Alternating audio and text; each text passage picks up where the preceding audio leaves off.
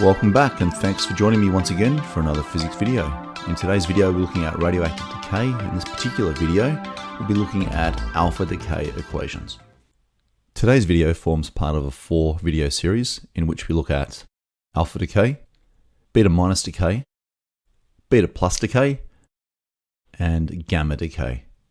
Please check the comments box below this video for links to all 4 of these videos. Before commencing today's video, let's do a quick recap on nuclei structure. As we're studying nuclear physics, we're not interested in the electronic configuration or the orbits of electrons. We're purely interested in what's happening inside the nucleus. So a quick recap. Inside the atomic nucleus, there are protons, which we've got colored here blue, and neutrons, which we have colored red. Now collectively, these two particles are known as nucleons, and the term nucleon comes from particles within the nucleus. We also understand that there are 4 fundamental forces that operate in the standard model of physics, 3 of which exist within the atomic nucleus. The first is the electromagnetic force, the second is the strong force, the third is the weak force. We also have the gravitational force, but this has no application in the current model of nuclear physics. So first of all, we can see the electromagnetic force, which creates an electrostatic repulsion between 2 positively charged protons. They're pushing away, they're repelling each other. So each one of these blue shaped protons will be pushing away. We then have what we call the strong nuclear force. And it exists between any 2 nucleons, whether it be a proton and a neutron, whether it be 2 protons, or indeed 2 neutrons. And you can see they're attracting. Those forces extremely strong, operates only at very close proximities, about the diameter of a neutron or a proton. And so their job is to hold the nucleus together. You notice also that we do have a weak force involved inside the nucleus. However, we're not using it at this point in time, as it cannot be thought of as a push or pull force. It has applications later on. We look at beta decay. So our notation very quickly, we know that the nuclei notation consists of, first of all, a chemical symbol, where we have here at the moment the letter X. That gets interchanged with whatever symbol we're looking at from the periodic table. The atomic number, which is the number Z. The atomic number, as we've displayed down below, represents the number of protons, and it defines an element.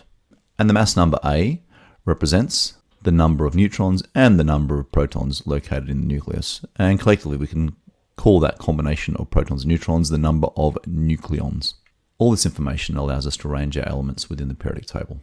Let's look at a couple of very simple examples. So in the 3 examples to follow, we're asked to state the number of nucleons, protons, and neutrons. So first of all, we have neon 21, we have silver 109, and we have platinum 180. Once again, we're asked to state the number of nucleons, protons, and neutrons. Let's go through these 3 examples.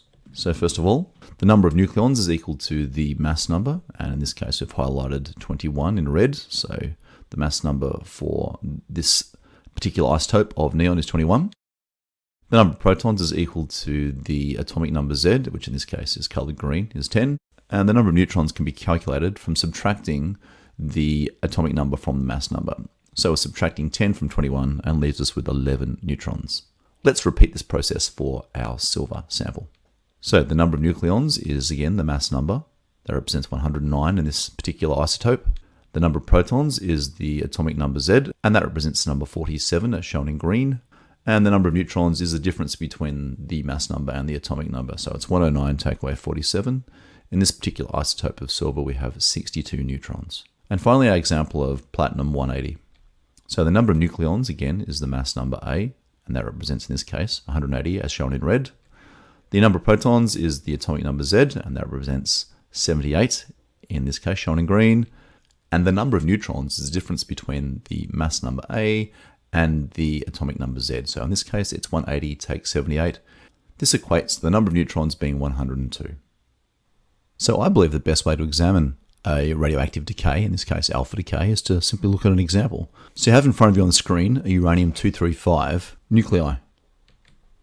It's unstable, and it ejects a particle which is made of 2 protons and 2 neutrons. And in doing so, the uranium-235 changes into a brand new nuclei.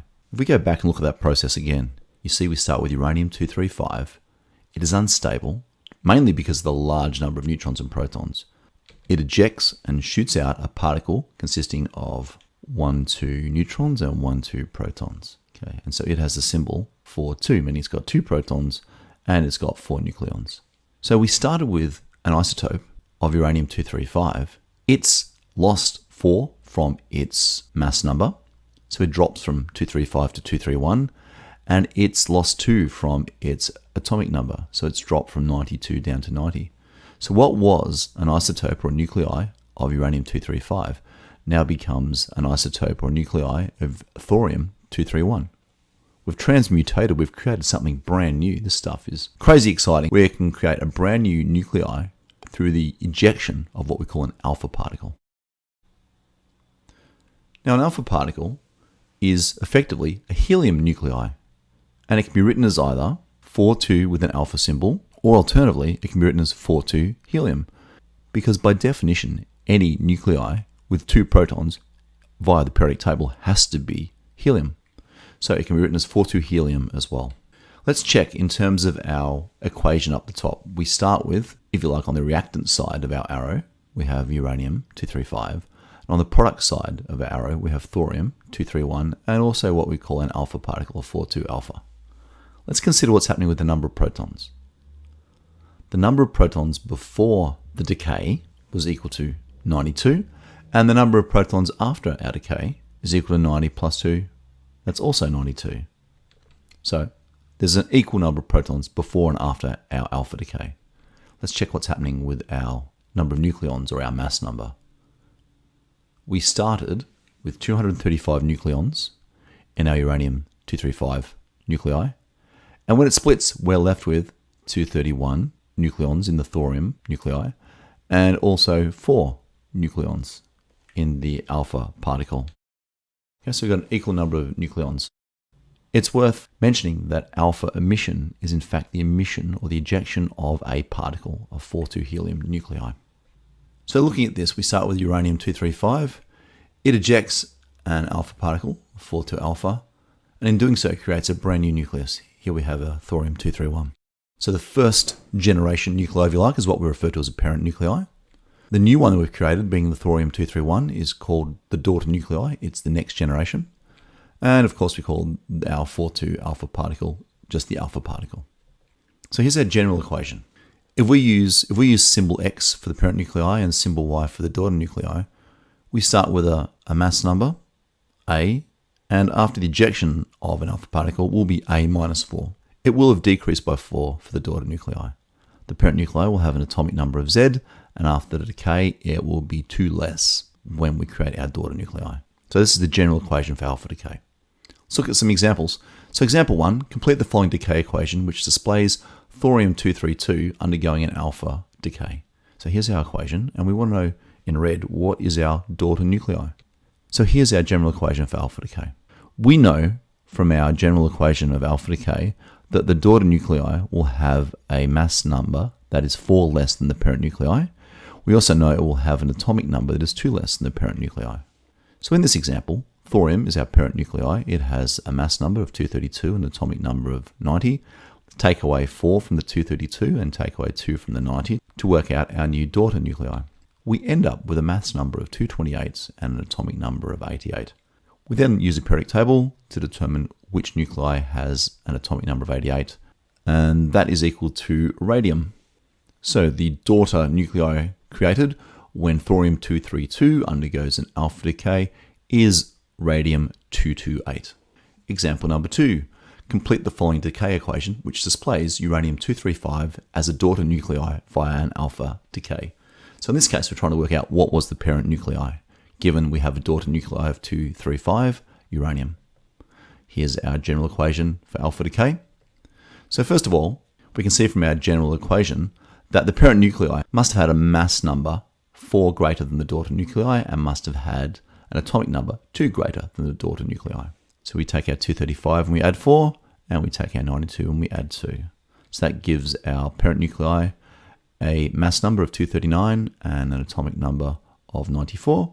We look at our periodic table to find out which nuclei has an atomic number of 94, and of course that is Neptunian. So it is Neptunian-239 that would create a daughter nuclei of uranium-235 via alpha decay. Our final example, number 3, complete the following decay equation to determine the type of nuclear decay present. So in the equation in front of us we have radon-218 decaying into polonium-214, and we want to find what form of decay is happening. All these examples are alpha decay, which makes it pretty easy. So we follow the general equation for alpha decay, and we just simply look at the difference between the parent nuclei and the daughter nuclei. The parent nuclei starts with the mass number of 218 and ends up with the mass number of 214. So clearly we take those two away. That will give us a mass number of 4.